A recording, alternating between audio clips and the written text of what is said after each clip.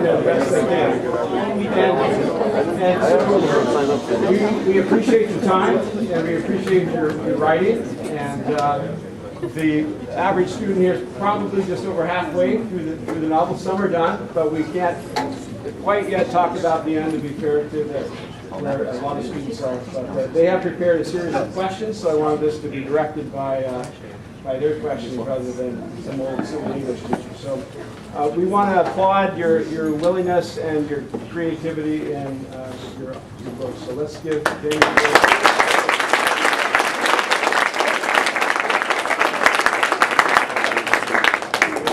What's that? Full screen? Full screen, yeah. Where's that little fancy? There we go. Yeah. There, that's better. I was relying on my students to do simple things, yeah.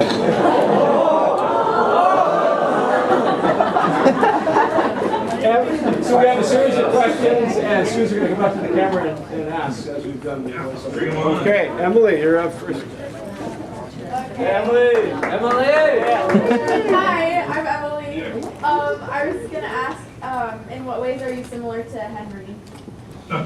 The Henry question. Yeah. I always say that I'm in no way similar to Henry, but then my wife rats me out and says I'm totally Henry. So somewhere between the two of us lies the truth. Henry's way more noble than I am. He's probably more of an aspirational character, someone that I hope I would always make the right decision, make the noble sacrifice for the right reasons. Sometimes I'm all too human and I probably come up short, but in some very small ways, I probably like a lot of my characters. That's a good question. Okay, thank you. Shannon, you're up. Hello, I'm Shannon. Hi, Shannon. Why do you think your novel effectively represents the history of Seattle? What? Why? I'm sorry. Can you say that again? Why do you think your novel effectively represents the history of Seattle? I mean, I don't know if it's. I guess it's up to everyone else to determine if it effectively represents Seattle. It represents the Seattle that I understood and understand, and the Seattle of my dad's childhood, to the best of my recollection and the best of my research. I try to recreate the neighborhood as best I can. There are a few anachronistic little things that I probably got wrong, but with fiction, you're trying to recreate the world. You're not trying to, it's in nonfiction, you're held to a higher standard of accountability. In fiction, I could drop in zombies anytime I want. So, I have that latitude, but I try to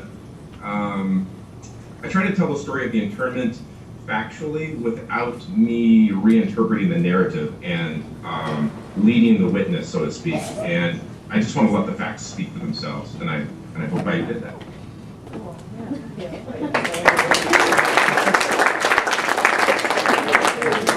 Emma, you're up. Hi, I'm Emma. Have you met any Japanese that were forced into the internment camp? Oh yeah, I've met many. Before the book came out, there were really only two in my life. I do have a great uncle who is Japanese, and he married my grandmother's sister who was Chinese. And he went to camp, but he never talked about it. Really didn't talk about it until maybe the last 10 or 15 years. And then the other person was a man named Lawson Anada. He's Oregon's poet laureate. He's a retired literature professor at the University of Southern Oregon. And he was the father of my best friend when I was a little kid. And I didn't know that he had gone to camp either until I had written the book and I was Googling around and I found his books, which are all poetry about the internment experience. And he was the first person who had gone to camp that read an early draft of the manuscript. And since then, I've met tons. I've spoken at the Japanese American National Museum in LA and the Eastside Vets Association. I actually was invited to go to the Minidoka pilgrimage, so a bunch of people and their families go back to Minidoka every year. And so I went along, and it was really cool. I mean, it was really humbling, but then they also had like a karaoke night where all these 80-year-old former internees are singing "Don't Fence Me In." Thank you.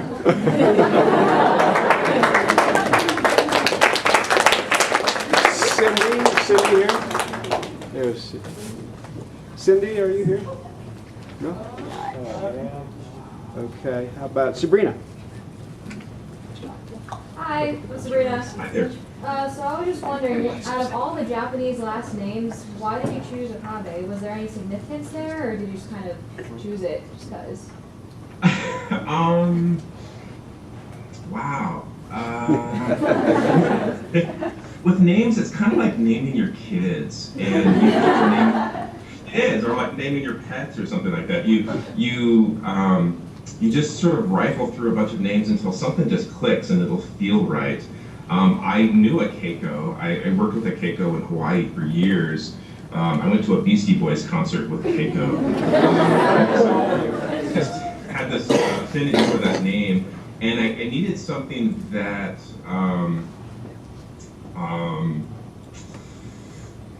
that sounded good. You know, I kind of like names that are alliterated. So Keiko, Okabe, it's kind of an internal alliteration. And really just the way it rolls off your tongue. That's why I chose it. But I did look at a ton of Japanese surnames and tried some out, and then that's the one that just felt best. So I went with that one. Okay, cool. Thanks. David? Hi, I'm David.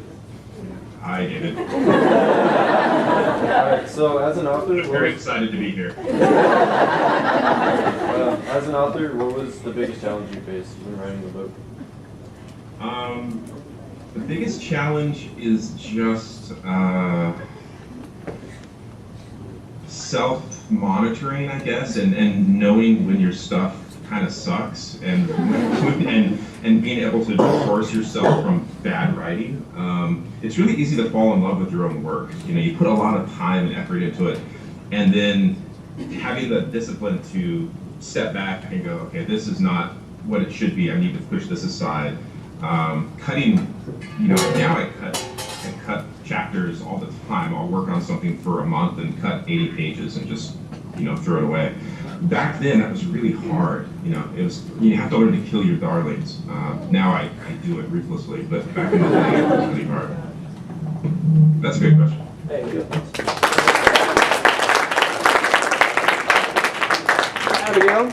Abigail, you're up. On deck, Kim. Kim, if you can slide in close. Hello, nice to meet you. Hello. I'm Abby, and my question is, how did you decide to include landmarks like the Panama Hotel and the International District? I like the ID. You know, I grew up kind of spending a lot of time there, and you know, international districts and Chinatowns, they kind of they're a little ghetto-y at times. You know what I mean? The rest of Seattle was growing and exploding, and you had this neighborhood that's kind of frozen in time, and I kind of like that. I always felt really comfortable there. I always knew the neighborhood really well, and so the book is almost a love letter to the old neighborhood, because a lot of it gets paved over and turned into a Starbucks or something like that. And I always think that's kind of tragic. The Panama Hotel, I knew about, but I had never been in the hotel. And I started writing the book in the 40s, and I couldn't quite find the redemptive ending that I wanted. So I knew I needed to jump to another period, so the 80s made sense, and the hotel was there. So the hotel became this narrative bridge between the past and the present. And in a way, the neighborhood is almost like a silent character in the book. And for me, I like it. I like to go there and just dig around in the past and think about what was once here or there. You know, there was a Black Elks Club. Now it's like a travel agency or something like that. But you know, Ray Charles and Quincy Jones and all these people used to play there, and I kind of miss that stuff's not there. So that's why I write about it. Thank you. Kim? You're welcome. Thank you. Do I just look at the screen? Yeah. Yeah. You can see. You can. Ah.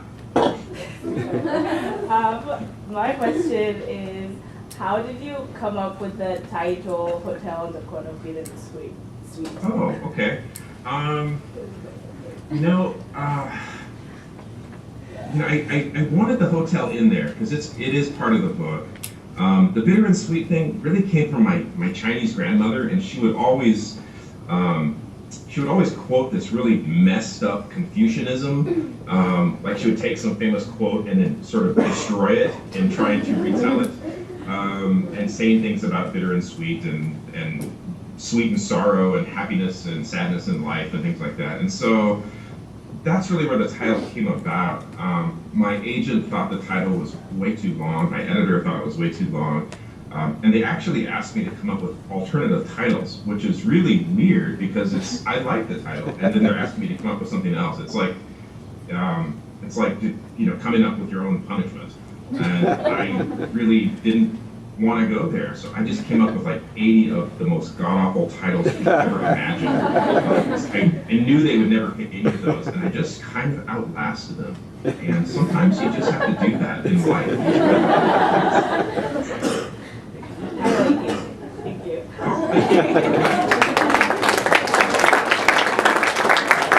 Did Anthony show up? Anthony? No, Nita? I think you're... Wait, no, Are you next? yeah, right? 9? Were you taking Anthony's question then? Yeah. Okay. Go ahead. Oh, okay. Either way. You'll be next. Is there like one thing like when you're writing the book like that you want readers to take out of reading your book?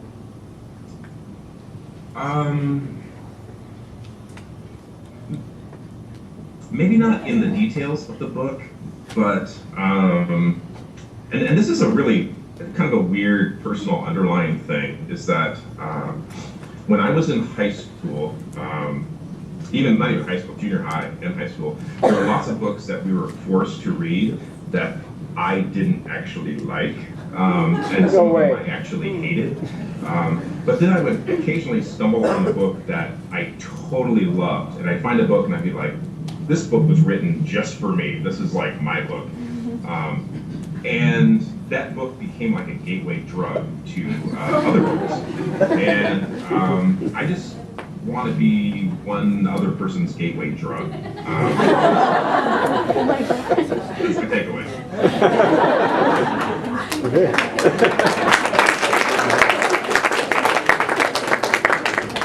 Hi, I'm Brittany. So my question is, now that you're finished with the book, is there anything you wish you would have changed or done differently?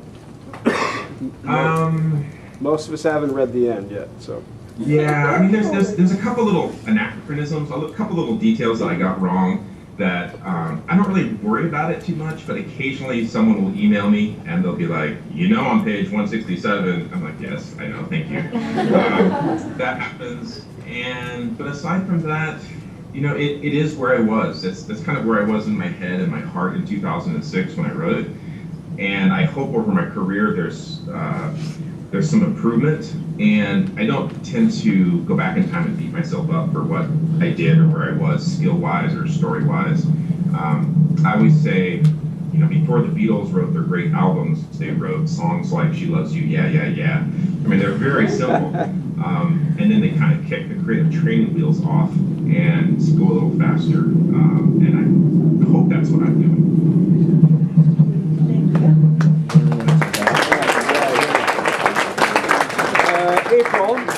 April, and Amy, you're on deck. So. Hi, I'm April. So I was wondering if you have ever met anyone who. I was wondering if you have ever met anyone who has. If I've upset anyone. Is the sound? It's a sound. Okay. Oh. I'm wondering if you have ever met anyone who has disagreed with the way that you depicted internment, like the Japanese internment. No, I haven't met anyone that's been upset with the way I've depicted the internment, which is great because that would be terrible.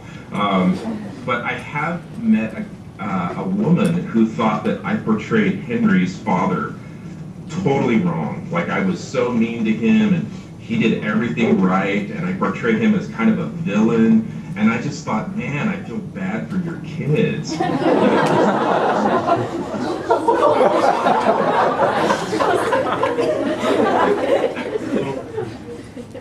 right, thank you. Oh, we're cutting out.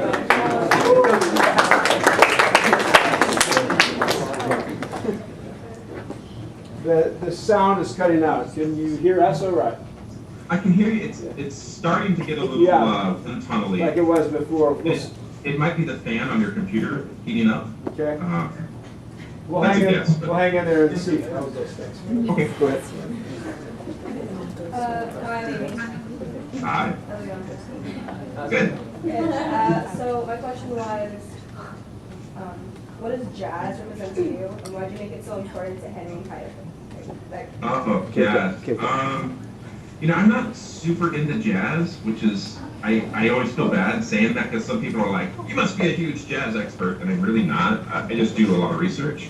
I'm much more into, you know, some other different kinds of music. But the jazz was there at the time, and so if I was to recreate the neighborhood without the jazz, it would have felt false. In 1942, there were 38 jazz clubs on South Jackson, and if you know the Seattle area, just walk up and down that street and imagine 38 jazz clubs on that one street. I mean, that's insane, and they're all gone now, which is really kind of tragic. Also, it was kind of, jazz was kind of cool because it was the one thing that got, it brought the white people to the international district was music, because it's something that is cross-cultural, and I think that's really cool. Also, it's starting to sound like there's a 747 landing on it. All right, awesome, thanks. Okay, thank you. Kristen, where's Kristen? Kristen? Okay. And on deck, Kyle and Roby. Kyle and Roby, if you can come on back already behind you, that'd be great. I was wondering why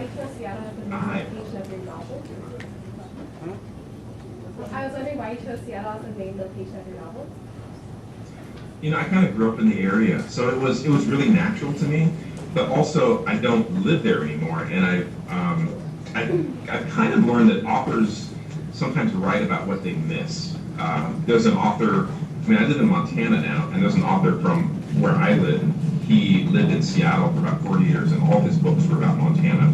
So I think I read about Seattle, and I mean, probably my second book is set in Seattle, my third book is set in Seattle. I think I'll get that out of my system and jump someplace else after that. But for a while there, it was just some stuff I think I just had to work through. And I'm in Seattle a lot, so I really shouldn't miss it because I'm there all the time. But I think I missed Seattle. It's not there anymore. You know, Seattle, that's really been paved over, and we kind of miss things in our childhood at some point. Anyway, thanks.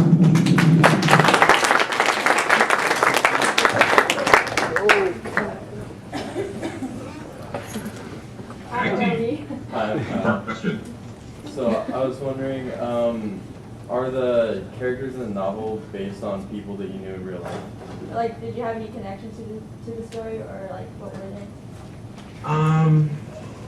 You know, they're not really based on people that I know. Maybe there's little bits inspired by people I know, but not in any great detail. You know, the character of Mrs. Beatty is a lot like my Caucasian grandmother, who was kind of this alpha female. My white grandmother, she chewed snuff, she chewed tobacco, and she cussed like a sailor, and she was really kind of this tough lady.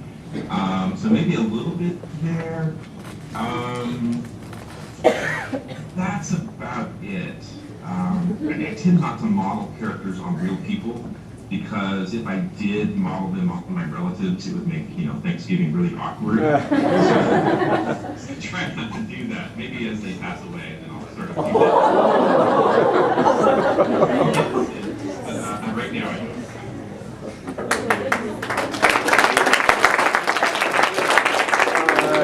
Kayla, you're up. Kayla? I saw that John in the front row. Did you become emotional while writing the book, and if so, like at what section was it and why? What are you talking about?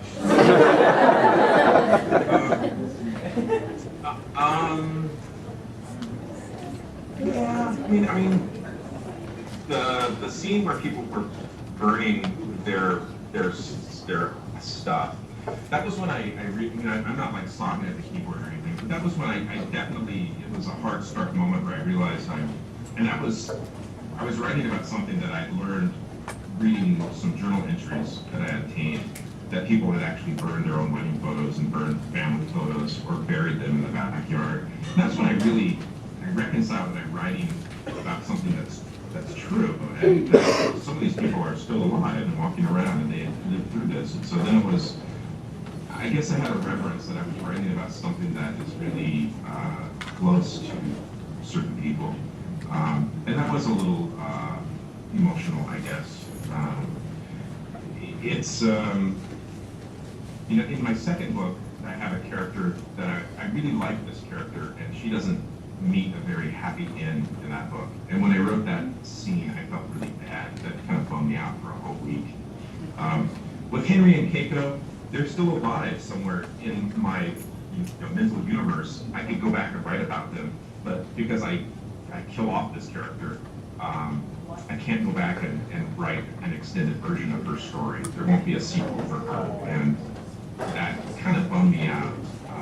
Which is strange, because I read Game of Thrones, and George Martin kills off characters left and right, and doesn't care. Writers are all different. Okay, thank you. So, Jamie, we have a bell scheduled here, and a lot of students have to leave. Some can stay.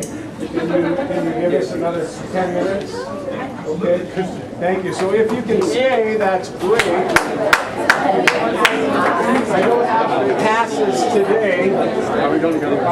So your call. I gotta think about that third period class.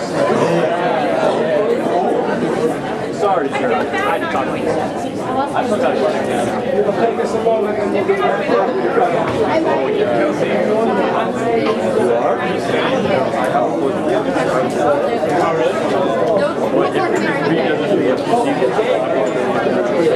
If she stays, I'm not just going to go on. Have a good day. Evan, where's Evan? So you're up next. And Brenda? Where's Brenda? Where? Brenda?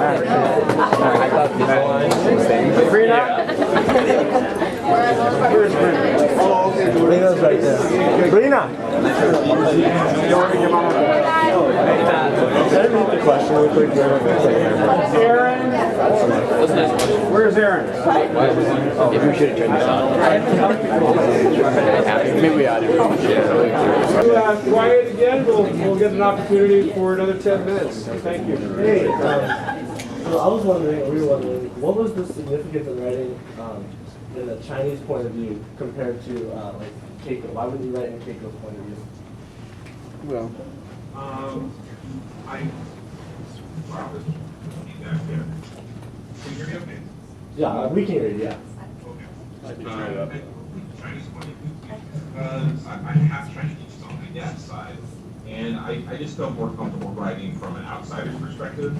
I would have felt a little strange writing as a Chinese person writing from the Japanese point of view. And that was just, and I know writers jump into other cultures all the time. The one that comes to mind is always the book and movie Memoir of a Geisha, which was written by Arthur Golden, who's a white dude from Tennessee. He's not a woman or Japanese or a geisha. But I just, as a debut novelist, I just wasn't quite comfortable, so I stuck to where my comfort was. Also where my interest was in exploring things from the Chinese point of view. Thank you.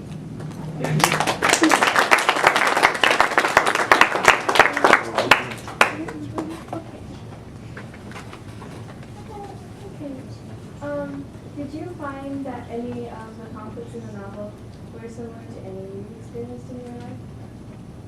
Oh, yeah, this is like the Dr. Phil question. I used to say no, but probably the thing that closely resembles the stuff in my life. It's just my relationship with my dad, which wasn't always great.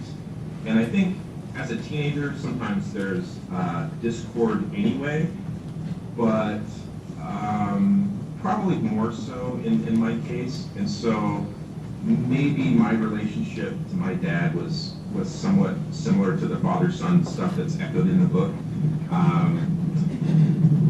to some degree. And I say that because I didn't plan to put that in the book. I didn't put that in the plot when I was thinking of the book. It just started to manifest. And that's when I realized, like, oh, I'm sort of processing some internal stuff, and I'll just go with it, and hopefully it'll lend something interesting to the story.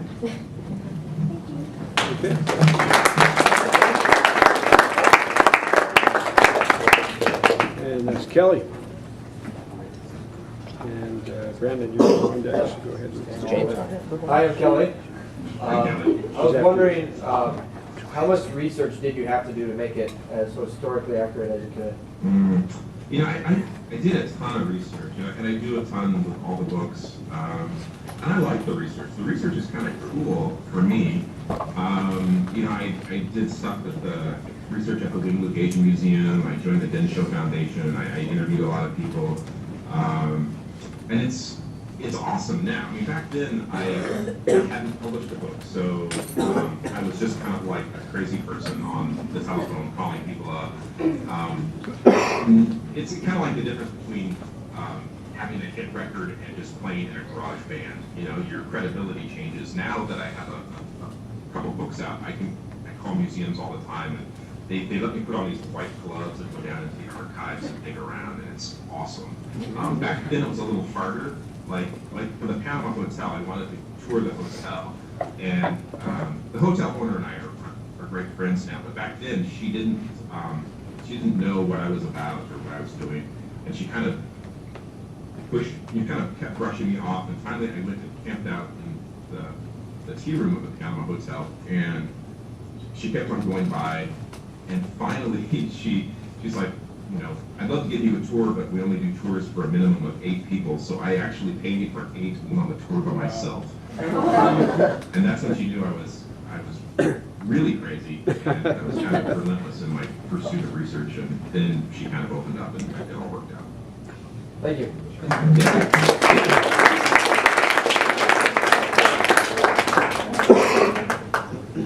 Hello. My question was, how were you able to write such a personal experience from an era and an event that took place so long before you were born?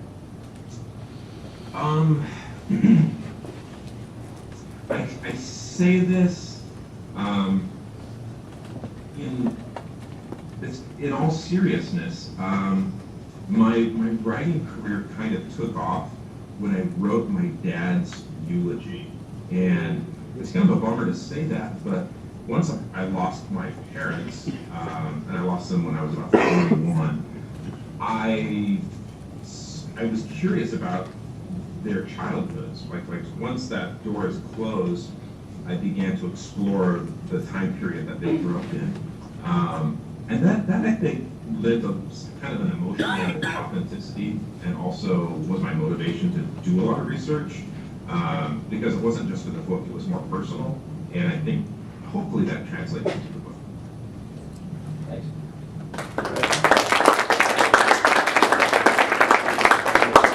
Elise, you're on deck. Hi, my name is James, and my question is, how did the evacuation affect your family? How did it affect my family? Not directly, indirectly. My dad was 13 years old at the time of the internment, and he talked about going to school, and all the Japanese kids were just gone the next day. And then afterwards, he wore one of those I am Chinese buttons that Henry wears in the book, and he had talked about walking to school and kids throwing rocks, white kids throwing rocks at him and calling him a Jap. And so he dealt with the aftermath, but he didn't, have a love interest that was taken away or anything like that. So it wasn't quite so personal, but indirectly so. That's a good question. Okay.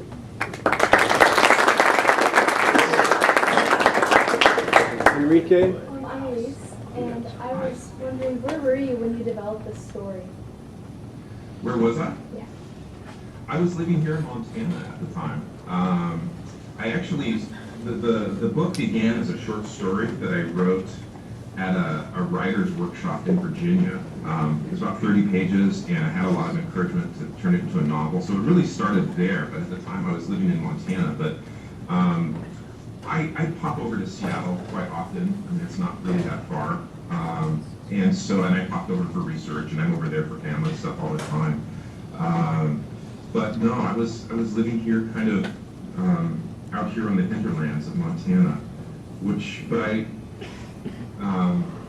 it goes to the question I answered earlier. I think writers write about what they miss, and there's sometimes when I miss Seattle, and so it lends itself to writing fiction.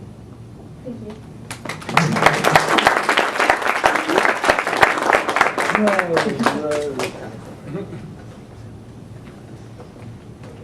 All right.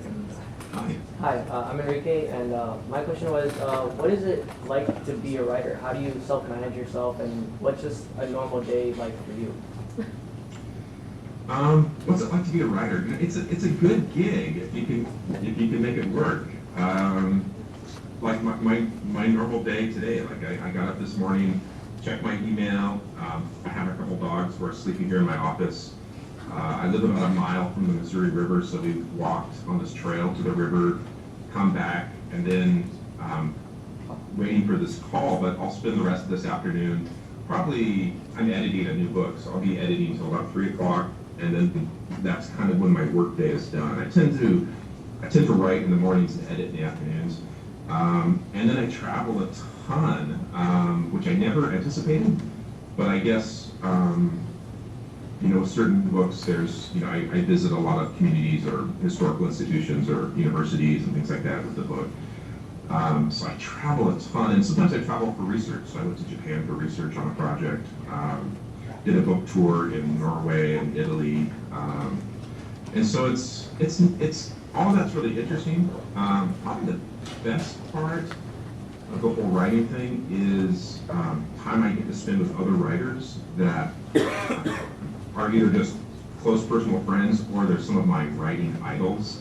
And that's been really cool. So it's like if you're an athlete and there's someone that you have always looked up to, and then to be able to be on that person's team is pretty cool. And so I've played poker with Sherman Alexie, and I've had dinner with Pat Conroy, and hung out with Harlan Ellison at his crazy house in LA. And so there's been some people that I grew up admiring, and I've been able to rub shoulders with, and that's kind of been the coolest thing. So in general, it's a good gig. I highly recommend it.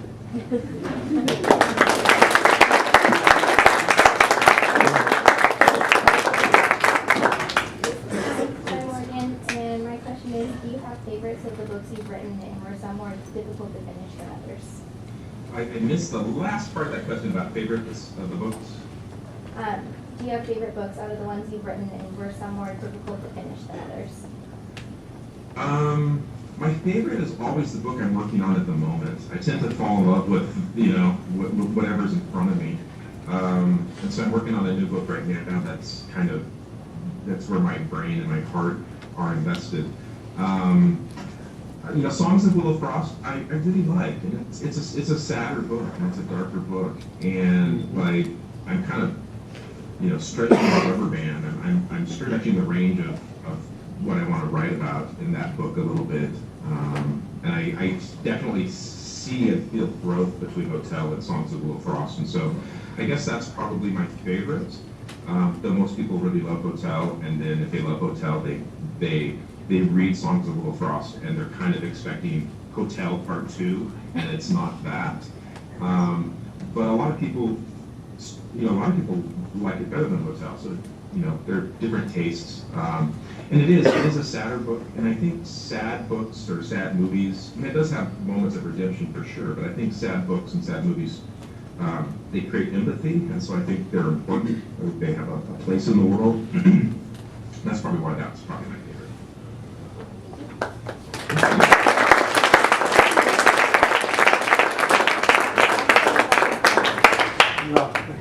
That was our last planned question, but if you can give us just a couple more minutes, maybe someone would like to ask some questions spontaneously. Someone wanted to see your dogs too. I don't know if that's... What kind of dogs are they? Here's the picture.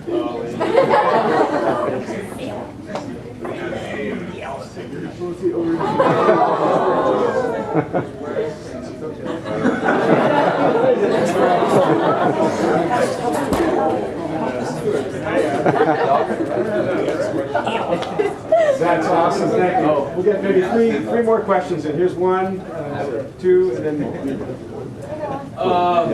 So, I have a question. Spontaneous question. What's your favorite color? I really don't have much of a question. My favorite color is red. Yes. Okay, all right, thanks, Kristen. Hi, my name is Emily. If a producer of some sort asked you to, like, if they wanted to make a movie out of the hotel, would you accept? Like, how would you feel? I've had a lot of offers on the film option, so it's really crazy. Dealing with Hollywood is kind of like selling your baby to the circus.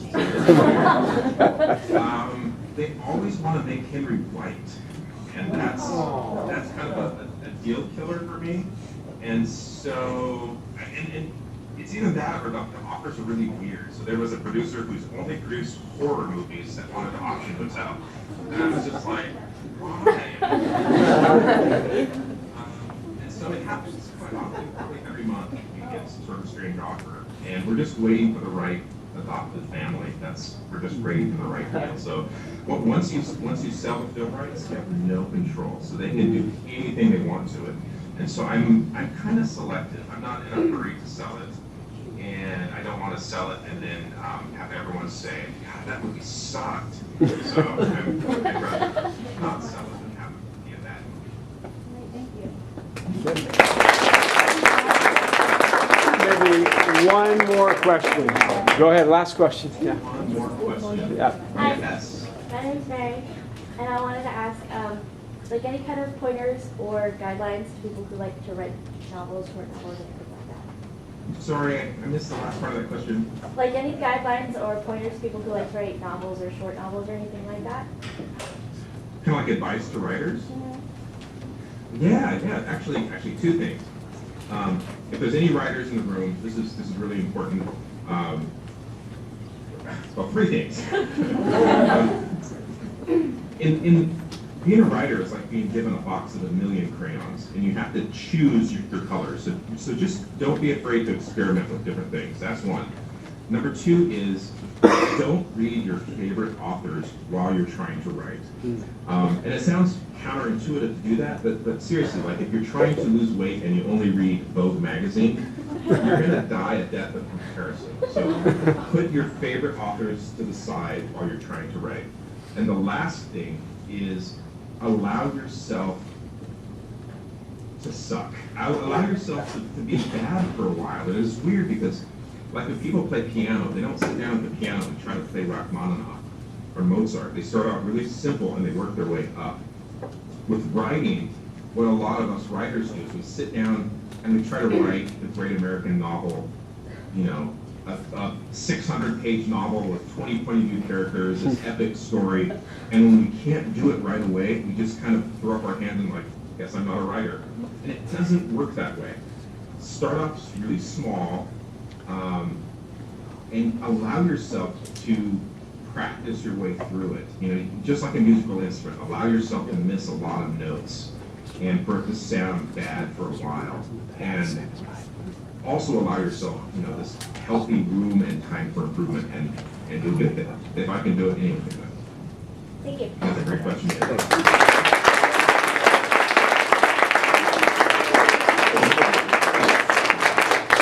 So on behalf of 132 seniors at Cascade High School, thank you very much for the honor and the privilege. So, thank you.